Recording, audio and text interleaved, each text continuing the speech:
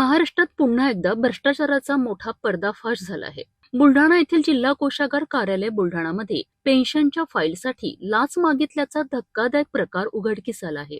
या प्रकरणात लाचलुचपत प्रतिबंधक विभाग म्हणजेच एसीबीने मोठी कारवाई करत 3 कर्मचाऱ्यांना रंगेहात पकडलेत. मिळालेल्या माहितीनुसार तक्रारदाराचे वडील हे पोलीस दलातून 2022 मध्ये सेवानिवृत्त झाले होते. मात्र मे 2025 मध्ये त्यांचे निधन झाले.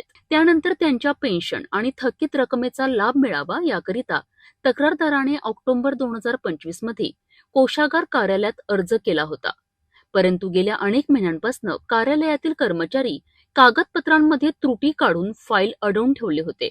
शेवटी 26 फेब्रुवारी 2026 रोजी ही फाईल मंजूर करण्याकरिता तब्बल 20,000 रुपयांची लाचेची मागणी करण्यात आली.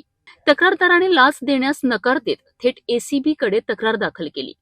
यानंतर एसीबीच्या पथकाने तक्रारीची शहानिशा करून बुलढाणा कोषागार कार्यालयात सापळा रचला. ठरल्याप्रमाणे 15,000 रुपयांची लाच स्वीकारताना 3ही आरोपींना रंगेहात पकडण्यात आले.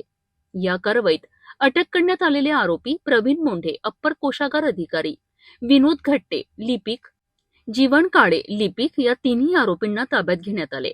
भ्रष्टाचार प्रतिबंधक अधिनियम 1988 अंतर्गत गुन्हा दाखल करण्याची प्रक्रिया सुरू आहे.